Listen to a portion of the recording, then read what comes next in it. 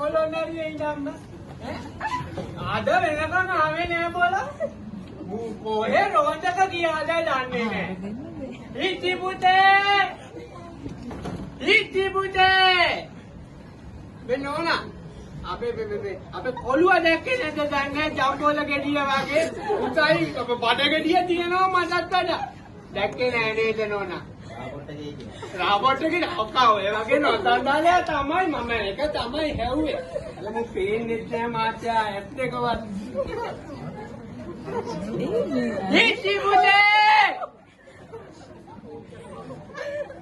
ඉවක් අපේ හිටි කොළුවත් වගේ ඉන්නවා. අනේ ඌ තමයි ඔය හිටු නාලියා ඔය හිටු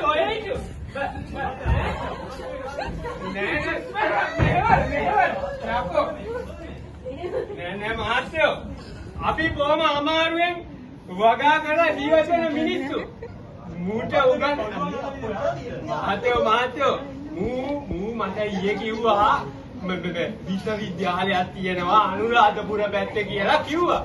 මම හිතුවේ විශ්වවිද්‍යාලෙට යන්න ඇති කියලා. මේ බැලුවා මේ දරුවා ආවේ නෑ. ඔය දරුවා අහන්නේ මේ. ඉතින් මාත්‍යෝ අද වෙනකන් ආවේ නැති හින්දා මම බලන්න කියලා ආවා මේ සිතාජිට. දන්නවනේ මාත්‍යෝ අලි කරදර මැද්දේ මේ ආවේ. මේ බොම්මලියා මම එනකොට අතන අර මේ කොතර වුණත් එළනම් හරි උරු බූටි සුන්දර කෙල්ල. ඒත් එක මේ මෙතන කඩේ දාගෙන බාවේ මගුල් කරන්නද? යාළුවෙක් උඹ ලයි කරගන්නවද මේවට ඇවිල්ලා? ඒ මහත මොකද්ද? ඉගෙන ගන්නවා කියන්නේ ඉගෙන ගන්න කෙනේ පොතපතේ නිමිනේ දේවල් තියෙන්නේ. ඒකilla කියන්නේ දැන් ඕපන් යුනිවර්සිටි. මේක ඉගෙන ගන්නම දේවල් නෙමෙයි තියෙන්නේ. මාත්‍යෝ මම එනකොට මම දැක්කා පොඩි ළමයි විතරක් නෙමෙයි ලොකු අය එනවා වාහනවල එනවා. අර රස්සාදන මාත්‍ය මං කිව්වා මේ මාත්‍යාත් යනවද මෙච්චර වයසට ගිහිල්ලත් මේ කැම්පස් කියලා. ඔව් කිව්වනේ ඉගෙන ගන්නවා කිව්වා. තව මේ අපේකුත් අරගෙන අම්මා කෙනෙකුත් ආවනේ. මම අහුවා මේ මටත් මාන්නේ ගොවිතැන් බතක් කරන් ඉන්න මිනිහා.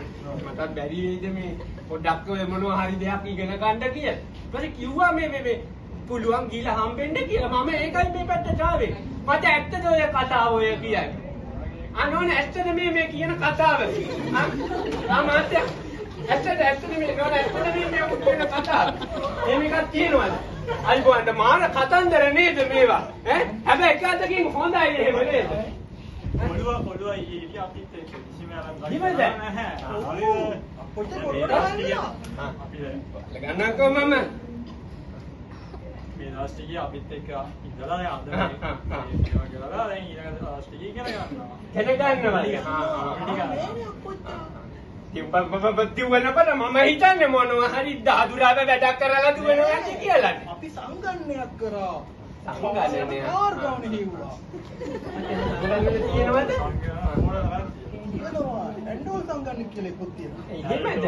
එන්ඩෝල් ඉන්නේ පොඩි නෑ. මම දන්නේ නෑ නෝනා මාත්‍යා මම ඕවා දන්නේ නෑ. ඇත්තටම ඉතින් අර වැස්සකටවත් අපි ඉස්කෝලේ වල යන්න බැරි වුණා.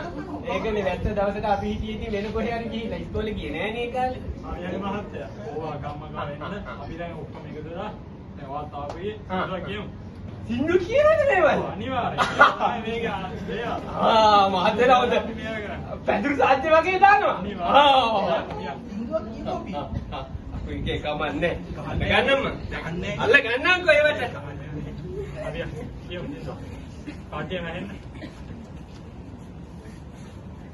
1 2 3 අකමකාරී වේදනාම කියනවා සාමයෙන් හදේ ආවා පාඩුවේ විද්‍යාවා ඉතේ ශෝක ජීවිතේ වගේ ගෙරන සෝතලේ වගේ සෝඩ ආයේ හිතේ දරනවා ඉන්නේ ඉනාවෙලා මුළු කතරකින් නදා එහෙමයි අපේ කලා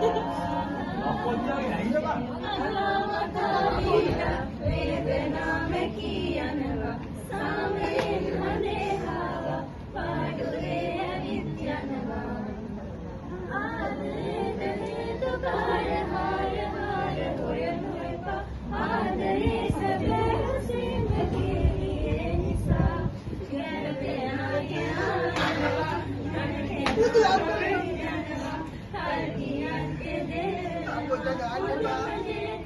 වන්දන පාඩම් වල දැන්